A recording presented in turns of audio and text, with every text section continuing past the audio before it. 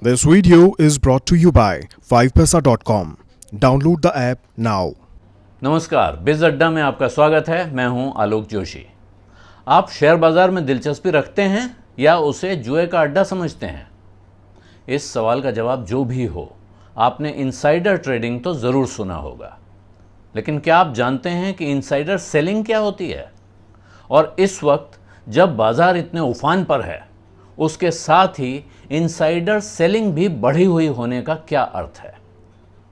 इस पर आगे बढ़ें इससे पहले एक बात साफ समझ लीजिए। शेयर खरीदने हो या बेचने हो, आपके पास एक डीमैट अकाउंट होना बहुत ज़रूरी है और उसका एक आसान रास्ता आपके सामने है। अगर अभी तक आपने डीमैट अकाउंट नहीं खोला है तो इस वीडियो के डिस्क्रिप्शन में दिए हुए 5 पैसा ऐप के लिंक पर क्लिक करें, ऐप को डाउनलोड करें और फिर 5 मिनट के अंदर आप खोल सकते हैं अपना डीमैट अकाउंट। इसके साथ ही आप वहां ट्रेडिंग के बारे में भी काफ़ी कुछ सीखने को पा सकते हैं। तो देर किस बात की है, क्लिक कीजिए। हाँ, नियम और शर्तें ज़रूर पढ़ लीजिएगा। और अब खबर इनसाइडर सेलिंग की। नियम है कि किसी कंपनी के प्रोमोटर, डायरेक्टर, बड़े शेयर होल्डर या की मैनेजमेंट पर्सन्स यानी KMP मतलब वो लोग जो उस कंपनी के आला अफसर हैं, वो शेयर होल्डर, बड़े शेयर होल्डर नहीं हैं, लेकिन क्योंकि वो कंपनी में समझिए कि CEO हैं, डिपार्टमेंटल हेड्स हैं, जो भी की HR हेड हैं, अलग अलग डिपार्टमेंट चलाते हैं या ऐसी पोजीशन पे हैं जिनकी कंपनी के कामकाज पे जिनका असर पड़ता है और जिन्हें कंपनी के कामकाज के बारे में ज़्यादातर जानकारी रहती है, ये माना जाता है। ऐसे लोगों को की मैनेजमेंट प्रोफेशनल्स या की मैनेजमेंट पर्सन्स कहा जाता है। तो अब ये सारे लोग जिनको इनसाइडर माना जाता है, अगर इनमें से कोई अपनी कंपनी का शेयर खरीदता या बेचता है तो उन्हें इस बात की खबर तुरंत स्टॉक एक्सचेंज को देनी होती है और स्टॉक एक्सचेंज तुरंत ही यह खबर अपनी साइट पर लगा देते हैं ताकि सबको पता चल जाए। सबको मतलब ख़ास तौर पे उस कंपनी के शेयर होल्डरों को और उस कंपनी के शेयर खरीदने के इच्छुक लोगों को पता चलना इसलिए ज़रूरी है कि अगर खरीद या बिक्री बड़ी है, बहुत बड़े अमाउंट की है, बहुत सारे शेयर बेचे खरीदे गए हैं, तो दूसरे लोग भी देखें और समझने की कोशिश करें कि ऐसा क्यों हुआ है और क्या उन्हें भी कुछ करना चाहिए। आपको याद होगा कि रिटायरमेंट के कुछ समय पहले HDFC बैंक के पिछले MD आदित्य पुरी ने अपने बैंक के करीब 74 लाख शेयर बेचे थे। ये लगभग 850 करोड़ रुपए का सौदा था और इस सौदे पर उस वक्त काफ़ी सवाल उठे थे। सवाल इसलिए भी उठे थे क्योंकि ये उनके कुल शेयरों का, जो पुरी साहब के पास अपने कुल शेयर थे, उनका ये 95% हिस्सा था, यानी करीब करीब सारे ही शेयर बेच दिए।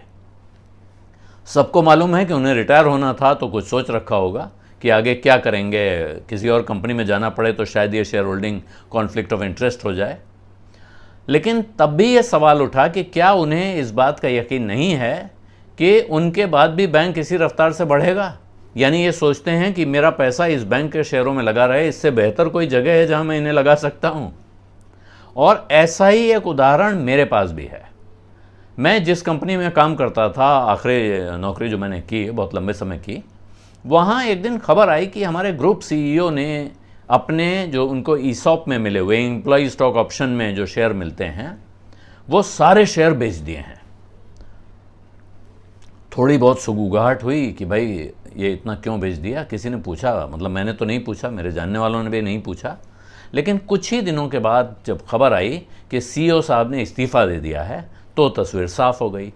इसीलिए उन्होंने अपने शेयर पहले ही निकाल दिए थे कि जब वो छोड़ें तो उस वक्त उनके पास कंपनी के शेयर ना रहें। ये बैकग्राउंड इसलिए कि आप ये बात समझें कि इनसाइडर सेलिंग पर नज़र क्यों रखनी है। अगर आप अपनी कंपनी के बारे में पाते हैं कि उसमें इनसाइडर सेलिंग हुई है तो आपको क्यों चिंता करनी चाहिए। और आज ही अखबार में खबर आई है कि इनसाइडर सेलिंग काफ़ी बढ़ रही है। कितनी बढ़ रही है ये भी देख लीजिए। अप्रैल महीने में इनसाइडर की परिभाषा में आने वाले लोगों ने 724 करोड़ रुपए के शेयर अपनी कंपनियों के खरीदे और 1160 करोड़ रुपए के बेचे।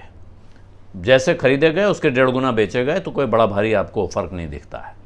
लेकिन मई में खरीद गिरकर रह गई 204 करोड़ रुपए, जबकि बिक्री 7,000 करोड़ रुपए पार कर गई।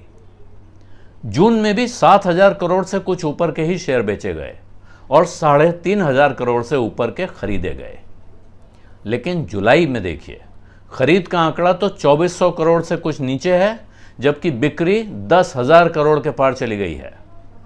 बाजार में भारी तेजी को देखते हुए कई बैंकों और दूसरी कंपनियों के आला अफसर जो एम्प्लॉई हैं, केएमपी हैं, लेकिन वो उस कंपनी के बड़े स्टेक होल्डर्स नहीं हैं, ये लोग अक्सर ये होता है जब भाव काफ़ी बढ़ा हुआ हो उस समय जो ईसॉप में मिला हुआ शेयर है उसको बेचते हैं कि ये पैसा किसी दिन ज़रूरत पड़ेगी, उसमें काम आएगा, तो पैसा अपना कैश करते रहो। ये मौका उन्हें, बाजार जब चढ़ा होता है उन्हें मौका अच्छा दिखता है। ये बात समझ में भी आती है।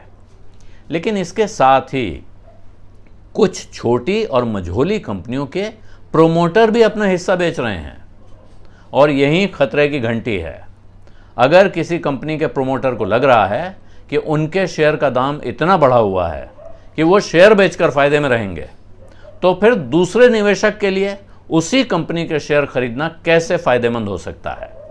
इसलिए अगर आपने छोटी कंपनियों में पैसा लगा रखा है तो खास तौर पर अपनी कंपनी के बारे में जो इनसाइडर के नोटिफिकेशन आते हैं, इनसाइडर ट्रेड के, मतलब इनसाइडर सेलिंग या इनसाइडर बाइंग के, उन पर ज़रूर नज़र रखिए।